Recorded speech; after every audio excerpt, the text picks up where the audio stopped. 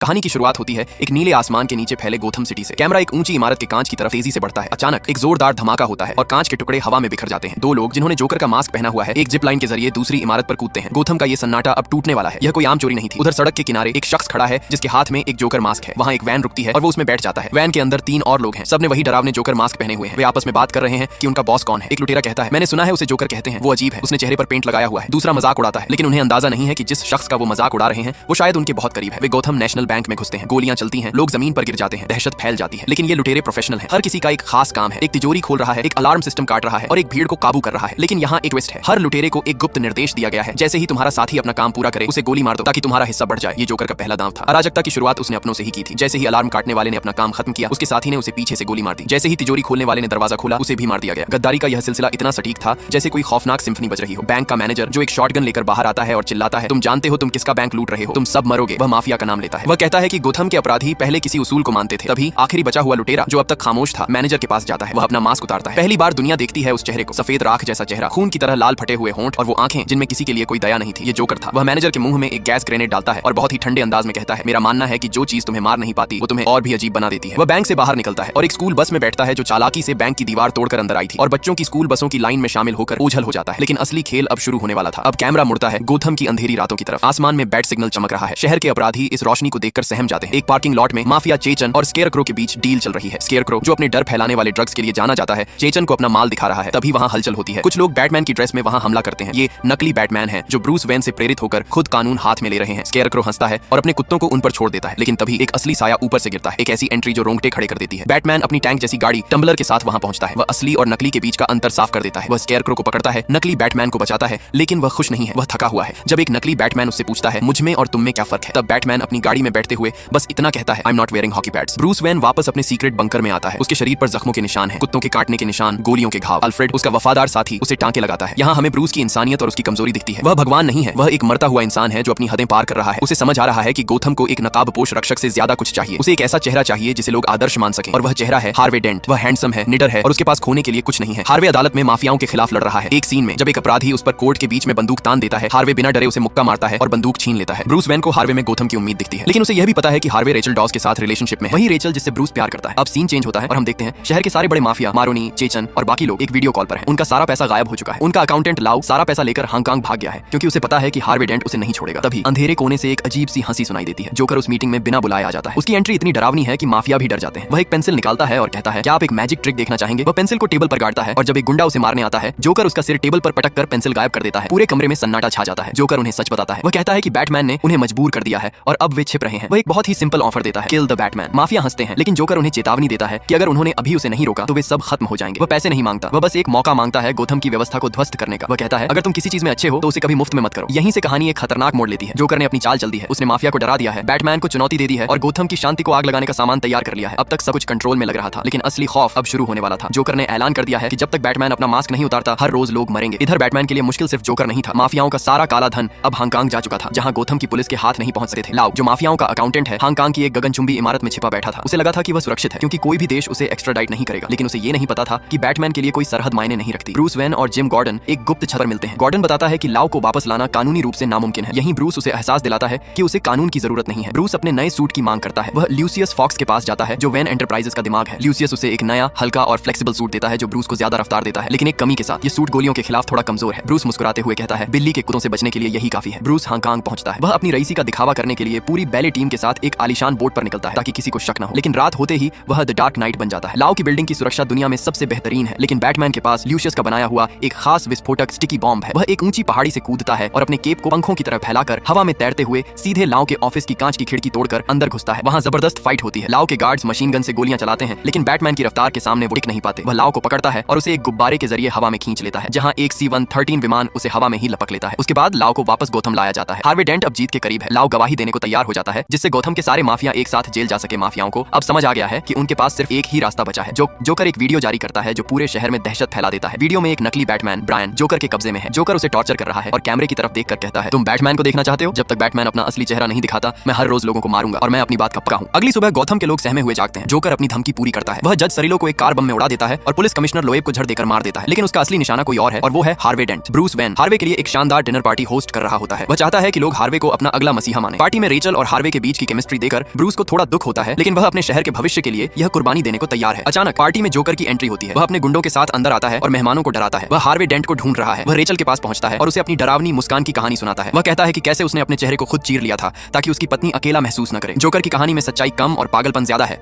वह हर बार अपनी कहानी बदल देता है। तभी बैटमैन वहां पहुंचता है और वह जोकर के गुंडों की धुलाई शुरू कर देता है। तभी जोकर रेचल को खिड़की से बाहर लटका देता है। वह बैटमैन को चुनौती देता है। वह बोलता है या तो मुझे पकड़ो या अपनी प्रेमिका को बचाओ। वह रेचल को नीचे फेंक देता है। बैटमैन बिना सोचे खिड़की से कूद जाता है और हवा में ही रेचल को पकड़कर एक कार की छत पर गिरता है। रेचल बच जाती है, लेकिन जोकर फिर से गायब हो जाता है। ब्रूस को अब समझ आने लगा है कि जोकर कोई मामूली अपराधी नहीं है। वह उन लोगों में से नहीं है जिन्हें डराया या खरीदा जा सके। अल्फ्रेड उसे समझाता है कि कुछ लोग बस दुनिया को जलते हुए देखना चाहते हैं। जोकर की अगली चाल और भी भयानक है। वह शहर के मेयर की हत्या की कोशिश करता है जब पुलिस कमिश्नर का अंतिम संस्कार हो रहा होता है। अंतिम संस्कार के दौरान जब पुलिस की टुकड़ी सम्मान में गोलियां चलाती है, जोकर और उसके आदमी पुलिस की वर्दी में ही वहां मौजूद होते हैं। वे मेयर पर निशाना साधते हैं, लेकिन ऐन वक्त पर जिम गॉर्डन मेयर के सामने आ जाता है और गोली खुद खा लेता है। गॉर्डन नीचे गिर जाता है और उसे मरा हुआ घोषित कर दिया जाता है। पूरा शहर मातम में डूब जाता है। बैटमैन को अब अपराधी माना जा रहा है। लोग चिल्ला रहे हैं कि बैटमैन अपना चेहरा क्यों नहीं दिखाता। हार्वे डेंट भी अपना आपा खोने लगा है। वह जोकर के एक गुंडे को पकड़कर उसे एक सुनसान गली में ले जाता है और अपना सिक्का उछालकर उसे मारने की धमकी देता है। ये पहली बार था जब व्हाइट नाइट हार्वे डेंट के अंदर की काली परछाई बाहर आती है। बैटमैन वहां पहुंचता है और हार्वे को रोकता है। वह कहता है, अगर तुमने कानून तोड़ा तो जोकर जीत जाएगा। ब्रूस अब एक बड़े फैसले पर पहुंच गया है। वह तय करता है कि वह हार्वे और गोथम की जान बचाने के लिए अपना नकाब उतार देगा। वह कल सुबह पुलिस के सामने अपनी सच्चाई बयान कर देगा। इधर कमिश्नर गॉर्डन की मौत के बाद शहर का गुस्सा अब बैटमैन पर फूट रहा था। ब्रूस वेन अब एक ऐसी दीवार के सामने खड़ा था जहां से उसे कोई रास्ता नहीं दिख रहा था। वह अल्फ्रेड से कहता है कि लोग मर रहे हैं अल्फ्रेड, मैं क्या करूं। अल्फ्रेड उसे याद दिलाता है कि कभी-कभी हीरो बनने का मतलब सिर्फ लड़ना नहीं बल्कि हार मान लेना भी होता है ताकि लोग सुरक्षित रहें। ब्रूस अगले दिन प्रेस कॉन्फ्रेंस बुलाता है। वह तय कर चुका है कि वह दुनिया को बता देगा कि ब्रूस वेन ही बैटमैन है। हार्वे डेंट प्रेस के सामने खड़ा है। लोग चिल्ला रहे हैं, गुस्सा 7वें आसमान पर है। ब्रूस भीड़ में खड़ा होकर बस बोलने ही वाला होता है, लेकिन तभी हार्वे डेंट कुछ ऐसा करता है जो सबको हैरान कर देता है। हार्वे कहता है, बहुत हो गया, अगर आप बैटमैन को चाहते हैं तो वो मैं हूं। हार्वे डेंट ने गॉथम के लिए सबसे बड़ा झूठ बोला। उसने खुद को बैटमैन घोषित कर दिया ताकि असली बैटमैन ब्रूस बाहर रहकर जोकर को पकड़ सके। हार्वे को गिरफ्तार कर लिया जाता है। पुलिस उसे जेल ले जाने के लिए एक बख्तरबंद ट्रक में बैठाते हैं। ब्रूस हैरान है, लेकिन वह जानता है कि यह जोकर को बाहर निकालने का इकलौता मौका है। जोकर को जैसे ही खबर मिलती है कि बैटमैन पकड़ा गया है, वह अपनी पूरी ताकत के साथ पुलिस के काफिले पर हमला कर देता है। एक विशाल ट्रेलर और ढेर सारे हथियारों के साथ जोकर सड़क पर मौत का तांडव शुरू करता है। वह पुलिस की गाड़ियों को एक एक करके तबाह कर देता है। वह ट्रक पर गोलियों की बौछार करता है जिसमें हार्वे बैठा है। तभी सन्नाटे को चीरते हुए टम्बलर यानी बैटमैन की गाड़ी की एंट्री होती है। तभी जोकर एक आरपीजी लॉन्चर से बैटमैन की गाड़ी पर हमला करता है। बैटमैन हार्वे को बचाने के लिए उस मिसाइल को खुद पर ले लेता है। टम्बलर बुरी तरह डैमेज हो जाता है, लेकिन बैटमैन हार नहीं मानता। वह अपनी बाइक को इजेक्ट करता है और मलबे से बाहर निकालता है। वह अपनी बाइक को दीवारों पर चढ़ाते हुए और कारों के नीचे से निकालते हुए जोकर के ट्रक की तरफ बढ़ता है। जोकर चिल्लाकर कहता है, चलो ना, मैं चाहता हूं कि तुम यह करो। बैटमैन अपनी बाइक की केबल्स का इस्तेमाल करके जोकर के विशाल ट्रक को बीच सड़क पर उल्टा कर देता है। ट्रक हवा में लहराते हुए पलट जाता है। जोकर मलबे से बाहर निकलता है, थोड़ा लड़खड़ाता है, लेकिन उसके चेहरे पर अभी भी वही डरावनी मुस्कान है। वह सड़क के बीच खड़ा हो जाता है और बैटमैन की तरफ बढ़ती बाइक को देखकर कहता है, हिट मी। बैटमैन उसे नहीं मारता और अपनी बाइक मोड़ लेता है, जिससे वह गिर जाता है। तभी एक पुलिस वाला पीछे से आकर जोकर के सिर पर बंदूक रखता है। जब वह अपना हेलमेट उतारता है तो पता चलता है कि वह कोई और नहीं बल्कि जिम गॉर्डन है। गॉर्डन मरा नहीं था, उसने अपनी मौत का नाटक किया था ताकि वह जोकर को रंगे हाथों पकड़ सके। जोकर आखिरकार पुलिस की गिरफ्त में आ ही जाता है। पूरा गोथम जश्न मना रहा है। हार्वे डेंट सुरक्षित है और जोकर जेल की सलाखों के पीछे। लेकिन जोकर के लिए यह कोई हार नहीं थी, यह उसकी योजना का हिस्सा था। उसे पुलिस स्टेशन के लॉकअप में रखा जाता है। गॉर्डन उसे देखने जाता है। जोकर वहां बैठकर तालियां बजा रहा है क्योंकि गॉर्डन को नया कमिश्नर बना दिया गया है। गॉर्डन उसे समझने की कोशिश करता है, लेकिन जोकर सिर्फ पहेलियां बुझाता है। तभी बैटमैन अंधेरे से निकलकर आता है और जोकर से पूछताछ शुरू करता है। इंटरोगेशन रूम का यह सीन सिनेमा के इतिहास के सबसे बेहतरीन सीन्स में से एक है। जोकर बैटमैन को बताता है कि तुम मुझे मार नहीं सकते क्योंकि तुम्हारे अपने उसूल हैं और मैं तुम्हें मारना नहीं चाहता क्योंकि तुम बहुत दिलचस्प हो। वह बैटमैन को समझाता है कि इस शहर के लोग उसे तब तक ही प्यार करेंगे जब तक उन्हें उसकी जरूरत है। जैसे ही काम निकल जाएगा वे उसे एक कुत्ते की तरह बाहर फेंक देंगे। बैटमैन अपना आपा खोने लगता है और जोकर को पीटने लगता है, लेकिन जोकर हंसता है। वह कहता है, तुम्हारे पास मुझे डराने के लिए कुछ नहीं है। फिर वह असली राज खोलता है। वह बताता है कि उसने हार्वे डेंट और रेचल डॉस दोनों को किडनैप कर लिया है और वे दो अलग-अलग जगहों पर विस्फोटक के साथ बंधे हुए हैं। और सबसे भयानक बात, बैटमैन के पास इतना कम वक्त है कि वह सिर्फ एक को ही बचा सकता है। जोकर उसे 2 पते देता है। बैटमैन तुरंत रेचल को बचाने के लिए निकलता है और गॉर्डन की टीम हार्वे की तरफ बढ़ती है। बैटमैन अपनी पूरी रफ्तार से उस पते पर पहुंचता है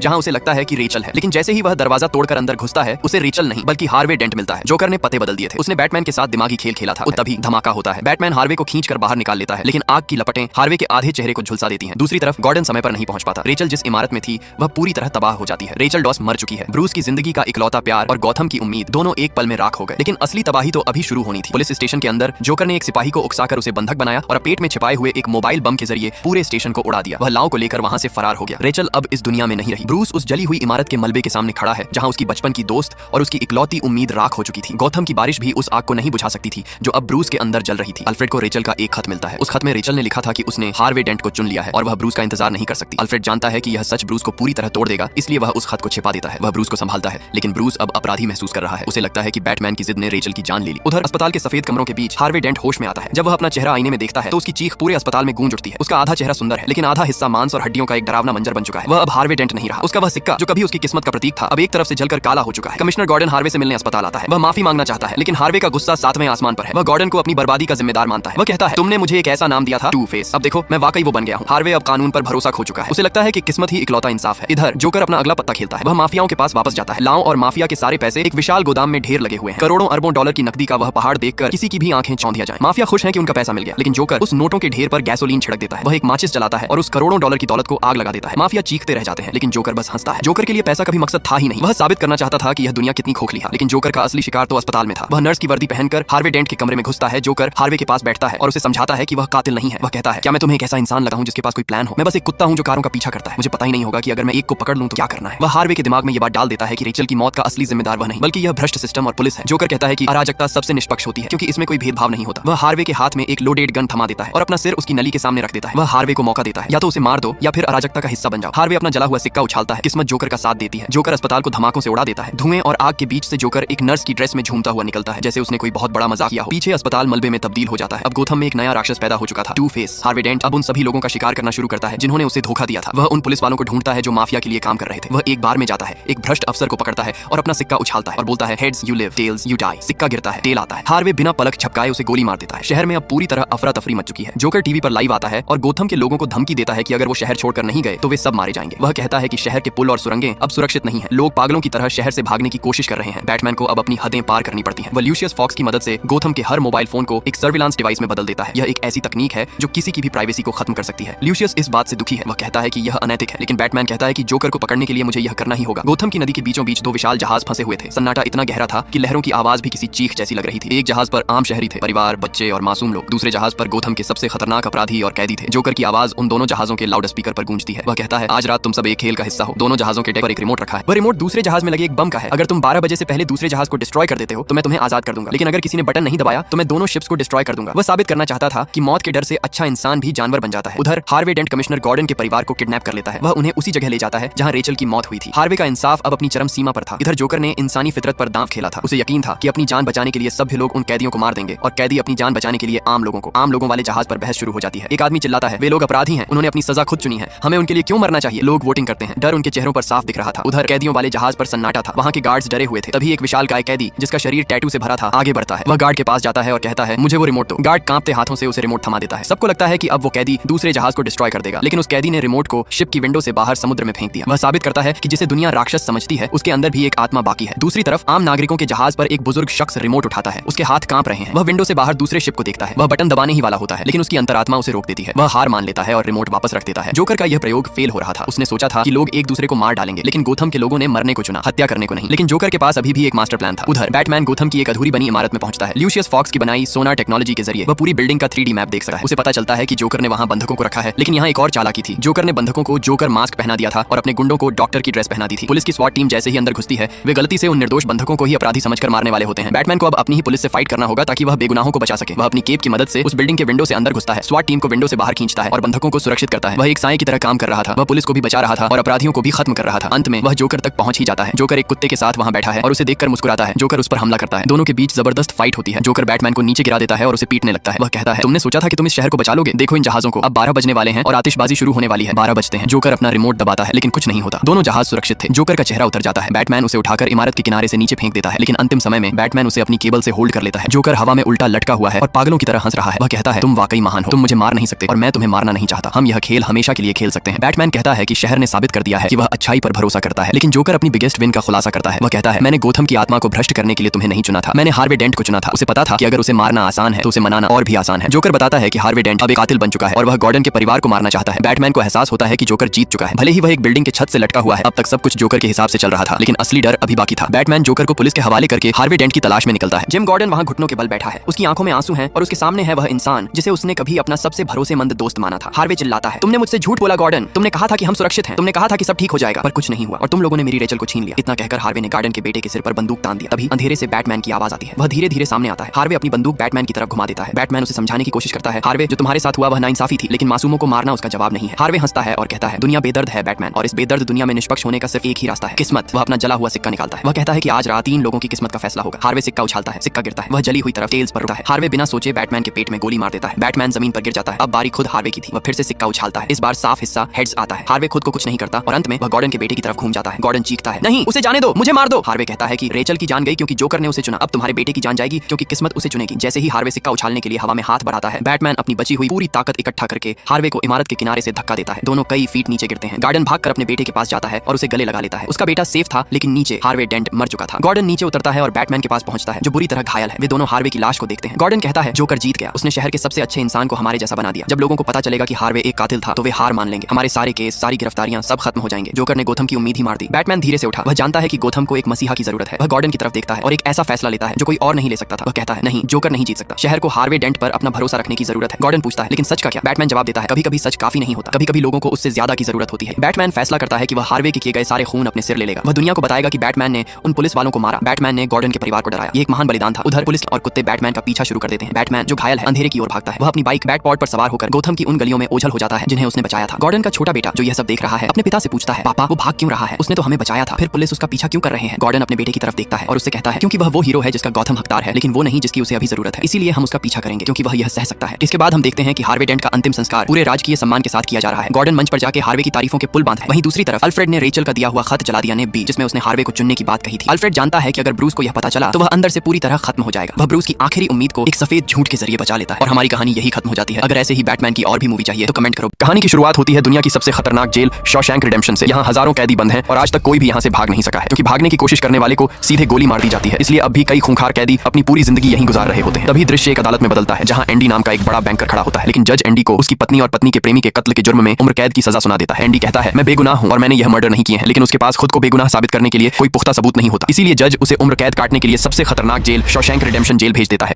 जब एंडी और कुछ नए कैदी जेल के अंदर लाए जाते हैं तब जेल के पुराने कैदी शर्त लगाते हैं कि आज रात नए कैदियों में से सबसे पहले कौन रोएगा। शर्त सिगरेट की एक डिब्बी पर लगती है और कैदी बाहर लाइन में खड़े नए कैदियों में से एक एक कैदी को चुनते हैं। तभी रेड नाम का कैदी एंडी पर दांव लगाता है। रेड को लगता है कि एंडी अमीर घर का है, उसने कभी तकलीफ नहीं झेली, इसलिए वह आज रात सबसे पहले रोएगा। फिर सभी कैदियों को जेल के अंदर लाया जाता है और उनके सेल में बंद कर दिया जाता है। रात होते ही पुराने कैदी नए कैदियों पर चिल्लाने लगते हैं ताकि कोई डर कर रोने लग जाए। एक नया कैदी डर जाता है और जोर जोर से रोते हुए कहता है माई बाप मुझे घर जाना है। गार्ड वहां आते हैं और उसे रोने से मना करने लगते हैं, पर वो कैदी रोना बंद नहीं करता। गार्ड उसे कोठरी से बाहर निकालते हैं और तेल वाले डंडे से इतना पीटते हैं कि वह बेहोश हो जाता है। वहीं दूसरी तरफ एंडी को डराने के बावजूद एक भी आवाज नहीं करता, यानी रोता नहीं। रेड समझ जाता है कि एंडी बहुत मजबूत है और वह अपनी शर्त हार जाता है। शर्त हारने की वजह से अगले दिन रेड अपने साथी को सिगरेट की डिब्बी दे देता है। वहीं एंडी अकेला चुपचाप नाश्ता कर रहा होता है और तभी उसकी मुलाकात जेल के सबसे पुराने कैदी ब्रूक्स से होती है। ब्रूक्स को इस जेल में लगभग 50 साल पूरे हो गए होते हैं। एंडी चालाकी से ब्रूक्स से जेल के नियमों और कैदियों के बारे में जानने की कोशिश करता है। ब्रूक्स उसे जेल का हर राज बता देता है और रेड की तरफ इशारा करते हुए कहता है अगर तुम्हें बाहर से कुछ मंगवाना हो तो रेड से मिलना। खाना खाने के बाद एंडी सीधा रेड के पास जाता है और पूछता है मैंने सुना है तुम बाहर से कोई भी चीज अंदर मंगवा सकते हो। रेड कहता है हाँ मैं मंगवा तो सकता हूँ, लेकिन कोई ऐसी चीज जो भागने या किसी को मारने के काम ना आ सकती हो। एंडी कहता है मुझे एक हथौड़ा चाहिए। रेड घबराकर पूछने लगता है तुम्हें हथौड़ा क्यों चाहिए? क्या तुम इससे किसी को मारना चाहते हो? एंडी कहता है मैं किसी को मारने वाला नहीं हूँ क्योंकि मेरा यहाँ कोई दुश्मन नहीं है। तभी बातों बातों में रेड कुछ कैदियों की तरफ इशारा करता है और कहता है हाँ तुम्हारा यहाँ कोई दुश्मन नहीं है, लेकिन जल्द ही कुछ लोग तुम्हारे दुश्मन बनने वाले हैं। रेड उसे उन लोगों से बचकर रहने की चेतावनी देता है क्योंकि मैंने सुना वो लोग तुम्हारे खिलाफ साजिश कर रहे थे। अगले दिन रेड एंडी के लिए हथौड़ा मंगवा देता है। हथौड़ा बहुत छोटा होता है जिसे देखकर रेड हंसता है और सोचने लगता है कि इस हथौड़े से तो जेल की दीवार में सुरंग बनाने में 700 साल लग जाएंगे। थोड़ी देर बाद ब्रूक्स के जरिए रेड वह हथौड़ा एंडी के सेल तक पहुंचा देता है। कुछ दिन बाद एंडी लॉन्ड्री में काम कर रहा होता है। उसी दौरान वे 3 कैदी उसे पकड़ लेते हैं। एंडी खुद को छुड़ाने की कोशिश करता है, लेकिन एंडी अकेला उन तीनों को रोक नहीं पाता। वे तीनों मिलकर एंडी को बहुत पीटते हैं और उसके साथ गलत हरकत करते हैं। यह सिलसिला लगातार 2 साल तक चलता रहता है। वे लोग हमेशा एंडी को पकड़ते हैं, उसे पीटते हैं और उसके साथ अक्सर गलत हरकत करते रहते हैं। 2 साल बाद जेल में घोषणा होती है कि छत की मरम्मत के लिए अधिकारियों को कैदियों की जरूरत होती है। छत के काम के लिए कैदियों की एक टीम तैयार की जाती है। टीम में रेड और एंडी को भी शामिल होने का मौका मिलता है। सब छत पर काम करने लगते हैं और उनके ऊपर कैप्टन बायरन हेडली निगरानी रख रहा होता है। हेडली बहुत सख्त इंसान होता है जो छोटी सी गलती पर कैदियों को बुरी तरह पीटने लगता है। एक दिन काम के दौरान हेडली अपने साथियों को बता रहा होता है कि मेरे भाई की हाल ही में मौत हो गई है और उसे विरासत में लगभग $50,000 मिले हैं, जो पैसा अब कानूनी रूप से मुझे मिलने वाला है, पर सरकार टैक्स के रूप में मोटा पैसा काट लेगी। उधर काम करता हुआ एंडी उसकी सारी बातें सुन रहा होता है। एंडी एक बैंकर है और उसे पता होता है कि इन पैसों को बिना टैक्स दिए कैसे बचाया जा सकता है। एंडी सीधा हेडली की तरफ बढ़ने लगता है और अचानक बोलता है क्या तुम अपनी पत्नी पर भरोसा करते हो? पत्नी का नाम सुनते ही हेडली को गुस्सा आ जाता है कि कैसे एक कैदी सबके सामने सरेआम मेरी पत्नी के बारे में बात कर सकता है, और हेडली एंडी को पकड़कर छत के किनारे तक ले जाता है और नीचे की तरफ गिराने की कोशिश करने लग जाता है। पर नीचे गिरने से पहले एंडी कहता है तुम अपने पैसे अपनी पत्नी के खाते में डाल सकते हो क्योंकि सरकार पत्नी को दिए गए पैसों पर टैक्स नहीं ले सकती। एंडी कहता है बाहर का वकील तुमसे बहुत पैसे लेगा, लेकिन मैं तुम्हारा यह काम बिल्कुल मुफ्त में कर सकता हूँ। हेडली पूछता है तुम्हें बदले में क्या चाहिए? एंडी मुस्कुराता है और कहता है मुझे कुछ नहीं चाहिए, बस मेरे दोस्तों को ठंडी बियर पिला देना। अगले दिन सभी कैदी छत पर बैठकर ठंडी बियर का नजारा ले रहे होते हैं क्योंकि एंडी ने हेडली का फॉर्म भरने का काम फ्री में कर दिया होता है। इसलिए एंडी एक कोने में बैठता है और अपने दोस्तों को बियर पीते हुए देखकर अकेला ही खुश होने लगता है। जेल में बियर पीना लगभग नामुमकिन था, इसलिए सभी कैदी एंडी से बहुत खुश हो जाते हैं। बस फिर क्या था, रेड और एंडी की दोस्ती गहरी हो जाती है। कुछ दिन बाद जेल के सभी कैदी रीटा हेवर्थ की फिल्म देख रहे होते हैं। एंडी रेड के पास आता है और कहता है मुझे रीटा हेवर्थ यानी फिल्म वाली हीरोइन का एक बड़ा पोस्टर चाहिए। एंडी रेड से पोस्टर इसलिए मांगता है क्योंकि पूरे जेल में सिर्फ रेड ही बाहर से सामान मंगवाने की पावर रखता है। इसके बाद एंडी वहां से चला जाता है, पर वे तीनों कैदी फिर से उसका रास्ता रोक लेते हैं। वे एंडी को अपने साथ चलने को कहते हैं, लेकिन एंडी मना कर देता है। वे लोग एंडी को पकड़ लेते हैं और उसके साथ फिर से जबरदस्ती करने की कोशिश करने लगते हैं, लेकिन इस बार एंडी उनका डटकर मुकाबला करता है। पर वे 3 लोग होते हैं, इसलिए वे एंडी का इतना कुटाई करते हैं कि एंडी 1 महीने महीने के लिए अस्पताल पहुंच जाता है। सजा के तौर पर मुख्य हमलावर को 1 हफ्ते के लिए काल कोठरी में डाल दिया जाता है। 1 हफ्ते बाद जब मुख्य हमलावर वापस अपनी कोठरी में आता है तो वहां हेडली खड़ा होता है। हेडली ने एंडी को जेल के कागजात और बाकी अधिकारियों के टैक्स के फॉर्म भरने के काम पर रख लिया था, इसलिए हेडली उस कैदी को इतनी बुरी तरह मारता है कि वह हमेशा के लिए अपाहिज हो जाता है। जब 1 महीने बाद एंडी अस्पताल से वापस अपनी कोठरी में लौटता है, उसे अपने बिस्तर पर रीटा हेवर्थ का एक बड़ा पोस्टर मिलता है जो रेड की तरफ से एक स्वागत उपहार होता है। दिन गुजरते जाते हैं और एक दिन अचानक जेल का वार्डन सुरक्षा गार्ड के साथ एंडी की कोठरी में आ पहुंचता है। गार्ड एंडी की कोठरी की अच्छी तरह से तलाशी लेने लगते हैं। जब रूम की पूरी चेकिंग करने के बाद वार्डन को वहां से कोई भी गलत चीज नहीं मिलती, तभी वार्डन की नजर सामने दीवार पर लगे रीटा के पोस्टर पर पड़ती है। वार्डन पोस्टर देखकर कहता है, वैसे तो मैं जेल के किसी भी रूम में पोस्टर लगाने की अनुमति नहीं देता, पर तुम इसे अपने कमरे में लगा सकते हो। असलियत में वार्डन सिर्फ बहाना बनाकर एंडी की कोठरी में आया था। वार्डन को हेडली ने बता दिया होता है कि किस तरह एंडी ने उसके हजारों डॉलर का टैक्स बचाया है। वार्डन तो बस अपना टैक्स बचाने के लिए एंडी से मिलना चाहता था। वार्डन एंडी के हाथ में मौजूद बाइबल को ले लेता है, लेकिन दरवाजे के बाहर निकलने के बाद वार्डन उसे एंडी को लौटा देता है। लेकिन बाइबल लौटाते हुए वार्डन एंडी से कहता है, मुक्ति इसी में है। अगले दिन वार्डन एंडी को सीधे अपने ऑफिस में बुलाता है। वार्डन एंडी से कहता है, तुम्हारे जैसे समझदार इंसान को जेल की सलाखों के पीछे बिल्कुल नहीं रहना चाहिए। वार्डन तुरंत एंडी को लाइब्रेरी का असिस्टेंट बना देता है। लाइब्रेरी में ब्रुक्स नाम का बूढ़ा कैदी मौजूद होता है। ब्रुक्स कई सालों से लाइब्रेरी का सारा काम संभाल रहा होता है। तभी मुख्य अधिकारी हेडली, जिसके पैसे एंडी ने छत पर बचाए थे, वह एक दूसरे अधिकारी को एंडी के पास लेकर आता है। उस दूसरे अधिकारी को भी अपने टैक्स का मसला होता है। एंडी बिना समय बर्बाद किए कुछ ही मिनटों में उसके फॉर्म भर देता है। इस घटना के बाद पूरे जेल में एंडी फेमस हो गया और उसके चर्चे होने लगते हैं। जैसे जैसे साल बीतते हैं, एंडी के पास अधिकारियों का काम बहुत बढ़ता चला जाता है। काम ज्यादा होने के कारण एंडी को अपने पास एक असिस्टेंट की जरूरत पड़ती है। एंडी अपने सबसे अच्छे दोस्त रेड को अपना असिस्टेंट बना लेता है। एक दिन लाइब्रेरी के अंदर ब्रुक्स अचानक एक कैदी के गले पर अपना चाकू रख देता है। ब्रुक्स उस कैदी को बिना वजह जान से मारने की धमकी देने लगता है, क्योंकि सरकार ने ब्रुक्स की सजा पूरी तरह से माफ कर दी होती है। पर ब्रुक्स इस जेल को छोड़कर बाहर नहीं जाना चाहता। ब्रुक्स को इस जेल में आज पूरे 50 साल हो चुके होते हैं। उसकी पूरी जिंदगी इसी जेल के अंदर बीत गई है। ब्रुक्स बिल्कुल भूल चुका होता है कि बाहर की दुनिया कैसी दिखती है। ब्रुक्स के लिए यह जेल ही उसकी असली दुनिया बन चुकी है। ब्रुक्स को लगता है कि अगर उसने इस कैदी का खून कर दिया तो उसकी सजा और बढ़ जाएगी। एंडी डर जाता है और उसे बहुत समझाता है। एंडी के समझाने पर ब्रुक्स उस कैदी को छोड़ देता है। ना चाहते हुए भी ब्रुक्स को जेल से बाहर आना पड़ता है। जेल से छूटने के बाद जब ब्रुक्स बाहर आता है तो उसे बाहर की दुनिया बहुत अजीब लगने लगती है। 50 सालों बाद बाहर की दुनिया की रफ्तार काफी ज्यादा तेज हो चुकी होती है। जहां सड़क पर पहले सिर्फ एक गाड़ी दिखती थी, अब वहां गाड़ियों की भारी भीड़ लग चुकी होती है। कुछ दिन बीतने के बाद ब्रुक्स एक सुपरमार्केट में काम करने लगता है। बाहर की दुनिया में ब्रुक्स का मन बिल्कुल नहीं लग रहा होता। उसे हर वक्त बार बार जेल की याद आती है। वह किसी भी तरह वापस जेल में आना चाहता है। ब्रुक्स सोचता है कि वह बाहर कोई बड़ा जुर्म करे ताकि पुलिस उसे फिर से इस जेल में डाल दे। पर ब्रुक्स इस उम्र में अब कोई भी जुर्म नहीं करना चाहता था। इस भीड़ भाड़ और तेज रफ्तार वाली जिंदगी में ब्रुक्स खुद को ढाल नहीं पाता। अंत में ब्रुक्स अपनी जान दे देता है। मरने से पहले ब्रुक्स जेल में मौजूद अपने साथियों के नाम एक खत लिखता है। खत जेल में पहुंचता है और उसे पढ़ते हुए सभी कैदी बहुत ज्यादा उदास हो जाते हैं। कुछ समय बाद जेल का वार्डन एक नया प्रोग्राम शुरू करता है। इस प्रोग्राम के तहत जेल के कैदियों को बाहर ले जाकर दिहाड़ी यानी मजदूरी करवाई जाती है। कैदी भी बाहर काम करने के लिए तुरंत मान जाते हैं, क्योंकि वे सब जेल से बाहर की दुनिया को फिर से जीकर देखना चाहते हैं। वार्डन इन कैदियों से बाहर मजदूरी करवाने लगता है और इस प्रोजेक्ट के जरिए वार्डन को बहुत सारे कंस्ट्रक्शन कॉन्ट्रैक्ट मिलने लगते हैं। जेल के कैदियों की मजदूरी बहुत सस्ती पड़ती है, जिसकी वजह से बाहर की लोकल कंस्ट्रक्शन लेबर दिहाड़ीदारों की टीम को कहीं पर भी काम मिलना बंद हो जाता है, क्योंकि वार्डन उनका सारा काम आधी कीमत पर अपने कैदियों से करवा रहा होता है। क्योंकि कैदी कोई आम मजदूर नहीं है, वार्डन बिल्कुल मुफ्त में कैदियों से काम करवाकर बहुत सारा पैसा कमाने लगता है। इसीलिए वार्डन का कमाया हुआ यह सारा पैसा काले धन का होता है, यानी ब्लैक मनी। एंडी एक बैंकर है और इसी वजह से एंडी वार्डन का सारा काला पैसा सफेद यानी व्हाइट मनी में बदलने का काम संभालता है। एंडी इन पैसों को एक ऐसे आदमी के नाम पर जमा करता है जो हकीकत में कहीं होता ही नहीं। एंडी उस झूठे आदमी के बैंक खाते में सारा पैसा जमा करता रहता है। एंडी ऐसा इसलिए करता है ताकि अगर कल को पुलिस को शक भी हो जाए तो पुलिस एक ऐसे आदमी को ढूंढती रहे जो इस दुनिया में कहीं है ही नहीं। अगले दिन जेल में एक टॉमी नाम का नया कैदी आता है। टॉमी बहुत जवान है और वो इस छोटी सी उम्र में कई सारी जेलों में सजा काट चुका है। क्योंकि टॉमी बहुत ही अच्छे स्वभाव का इंसान है, उसकी बहुत जल्द जेल में कैदियों से दोस्ती हो जाती है। एक दिन खाना खाते समय टॉमी बाकी कैदियों को बताता है कि मैं कई वर्षों से चोरी करता आ रहा हूँ और इसी वजह से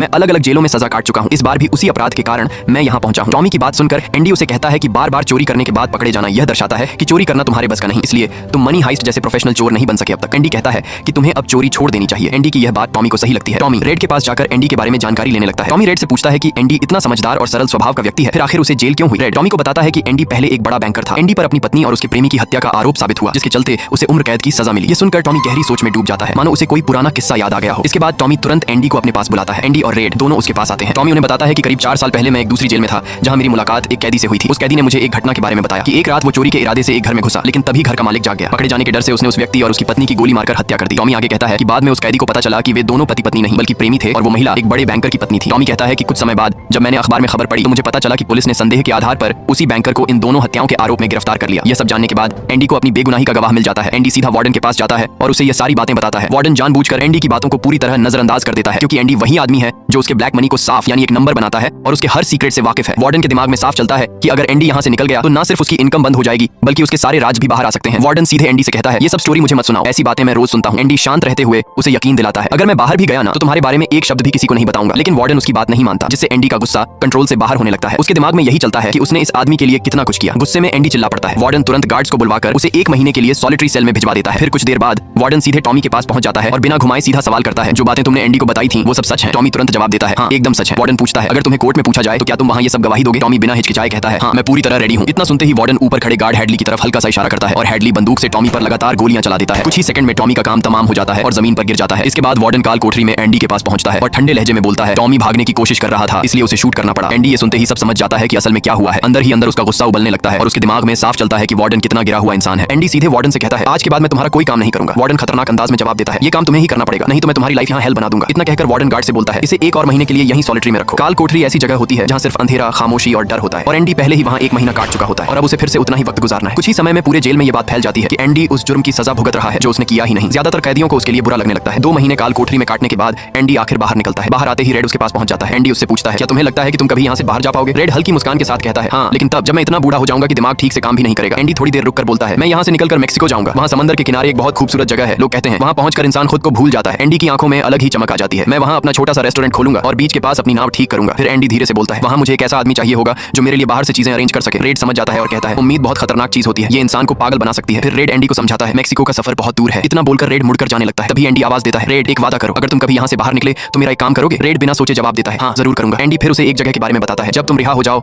तो वहाँ जाना, एक बड़ा सा मैदान है, उसके बीच में एक खूबसूरत पेड़ खड़ा होगा। उसी पेड़ के नीचे मैंने अपनी पत्नी को शादी के लिए पूछा था। आगे एंडी समझाता है, उस पेड़ के नीचे एक दीवार है, उसमें तुम्हें काले रंग का पत्थर मिलेगा, उसके नीचे मैंने एक बॉक्स छुपा रखा है, जब तुम बाहर आओ तो जाकर देखना अंदर क्या है। इतना कहकर एंडी वहाँ से निकल जाता है। इसके बाद एंडी सीधे वार्डन के ऑफिस में पहुंचता है। वहाँ उसका सारा काम निपटाकर जरूरी कागजात एक खास तिजोरी में रख देता है। जैसे ही काम खत्म होता है, वार्डन अपने कपड़े उसकी तरफ बढ़ाते हुए कहता है, इनको प्रेस करवा देना और जूते ऐसे चमकने चाहिए जैसे शीशा। काम खत्म करके एंडी वापस अपनी कोठरी में लौट आता है। धीरे धीरे रात होने लगती है। उधर दूसरी तरफ रेड एंडी की वजह से पूरी रात बेचैन रहता है, क्योंकि रेड को लगता है काल कोठरी की सजा के बाद एंडी की दिमागी हालत ठीक नहीं है, कहीं एंडी अपने आप को मार न ले या कोई और गलत कदम न उठा ले। इसी टेंशन में रेड की रात गुजर जाती है। सुबह होते ही सभी कोठरियों के दरवाजे अपने आप खुल जाते हैं और कैदी बाहर निकलते हैं, लेकिन एंडी अपनी कोठरी से बाहर नहीं निकलता। आज तक के इतिहास में पहली बार ऐसा होता है कि कोई कैदी सुबह बाहर नहीं निकला। रेड बेचैन हो जाता है। रेड के मन में डर बैठ जाता है, कहीं एंडी ने खुद को खत्म तो नहीं कर लिया। तभी एक अधिकारी गुस्से में वहां पहुंचता है और सीधे कोठरी के अंदर झांकता है। अंदर का नजारा देखकर वह सन्न रह जाता है। बिस्तर पूरी तरह खाली और कोठरी के अंदर कोई नहीं होता। एंडी वहां से पूरी तरह गायब हो चुका होता है। सीन बदलता है। वार्डन अपने कमरे में जूते पहनने के लिए वह शू बॉक्स खोलता है, लेकिन अंदर उसके चमकते जूते नहीं बल्कि एंडी के पुराने और गंदे जूते पड़े होते हैं। दूसरी तरफ पूरे जेल में तेज सायरन गूंज उठता है। ये साफ इशारा होता है कि कोई कैदी भाग गया है। सायरन सुनते ही वार्डन भागता हुआ सीधे एंडी की कोठरी तक पहुंचता है। अंदर जाकर चारों तरफ देखता है, लेकिन वहां एंडी का कोई निशान नहीं मिलता। वार्डन अधिकारी से कहता है, जाओ रेड को लेकर आओ, वह हमेशा उसके साथ रहता है। तभी रेड को लाया जाता है। वार्डन उसकी तरफ घूरते हुए पूछता है, एंडी कहाँ है? रेड शांत होकर जवाब देता है, मुझे नहीं पता। इतना सुनते ही वार्डन का गुस्सा भड़क उठता है। वह जोर से चिल्लाता है, क्या वह कोई भूत है जो एक ही रात में यहाँ से गायब हो गया, जबकि सारे ताले भी लगे होते हैं। वार्डन हड़बड़ाहट में जमीन से पत्थर उठाता है और पूरी ताकत से गार्ड्स और रेड की तरफ फेंकने लगता है। गुस्से में एक पत्थर दीवार पर लगे रीटा हेवर्थ के बड़े पोस्टर पर दे मारता है। पत्थर पोस्टर से टकराकर नीचे नहीं गिरता, बल्कि उसे चीरता हुआ आर पार निकल जाता है। ये देखकर वार्डन तुरंत फटे हिस्से में हाथ डाल देता है। फिर पूरा पोस्टर खींचकर फाड़ देता है। सामने का नजारा देखकर सब दंग रह जाते हैं, क्योंकि दीवार के अंदर एक लंबी और गहरी सुरंग बनी होती है। इतनी मोटी और मजबूत जेल की दीवार में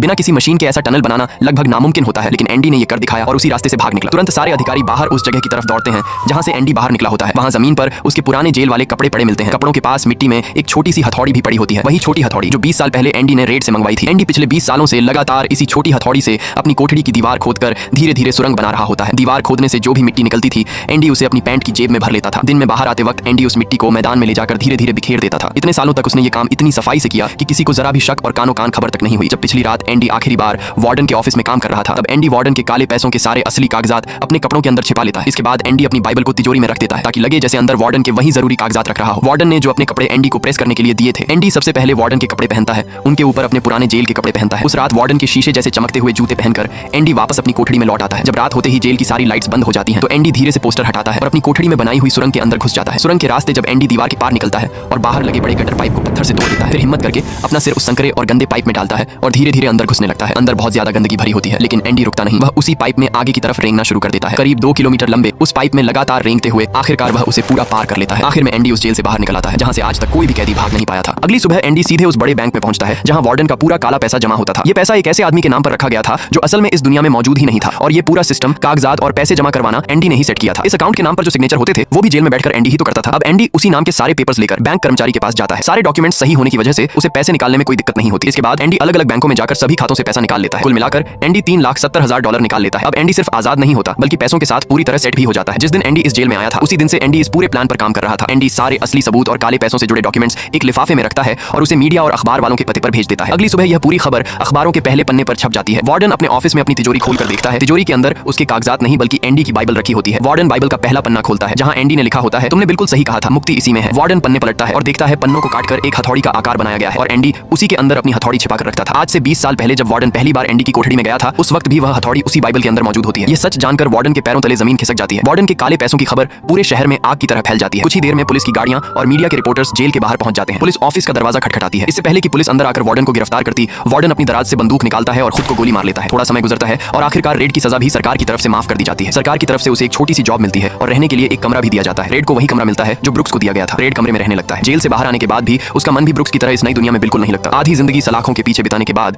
अब सब कुछ उसे अजीब और खाली सा लगता है। हालत ऐसी हो जाती है कि वह भी ब्रुक्स की तरह अपनी जान लेने के बारे में सोचने लगता है। पर तभी अचानक रेड को एंडी से फिर से मिलने का किया हुआ अपना वादा याद आता है। रेड तुरंत एक गाड़ी पकड़ता है और उस जगह के लिए निकल पड़ता है जो एंडी ने उसे बताई थी। रेड लंबा सफर तय करके उसी बहुत बड़े और खुले घास के मैदान में पहुंचता है जो एंडी ने बताया था। मैदान के बीच में एक बहुत बड़ा पेड़ खड़ा होता है। पेड़ के ठीक पास पत्थरों की एक लंबी दीवार भी बनी होती है जैसा एंडी ने बताया था। रेड पत्थरों को ध्यान से देखने लगता है और उन पत्थरों के बीच एक काले रंग का पत्थर दिखाई देता है। रेड तुरंत उस काले पत्थर को उठाता है, पर पत्थर के नीचे एक छोटा सा बॉक्स रखा होता है। रेड बॉक्स खोलता है और देखता है कि उसके अंदर कुछ पैसे और एक खत रखा है। ये खत किसी और ने नहीं बल्कि एंडी ने ही लिखा होता है। खत में लिखा होता है कि मैं उसी जगह पर तुम्हारा इंतजार कर रहा हूँ जिसके बारे में मैंने जेल में बताया था। खत के आखिर में एंडी ने लिखा होता है, उम्मीद बहुत अच्छी चीज होती है। रेड पैसे और खत लेकर आखिर उस जगह पहुंच जाता है। जब रेड समुद्र किनारे सामने नजर डालता है तो एंडी एक नाव में बैठा होता है और उसे ठीक करने में लगा रहता है। ये वही जगह होती है, वही सपना जिसके बारे में एंडी ने जेल में रेड से बात की थी। तब रेड ने पलट जवाब दिया था कि किसी चीज की उम्मीद करना अच्छा नहीं होता। एंडी पीछे मुड़कर देखता है, रेड उसकी तरफ आ रहा होता है। दोनों एक दूसरे को देखते ही मुस्कुरा देते हैं और फिर गले लग जाते हैं। इस तरह से ये कहानी खत्म हो जाती है। अगर आपको ये कहानी पसंद आई तो वीडियो को लाइक करें, चैनल को सब्सक्राइब करें और एक प्यारा सा कमेंट करें। धन्यवाद।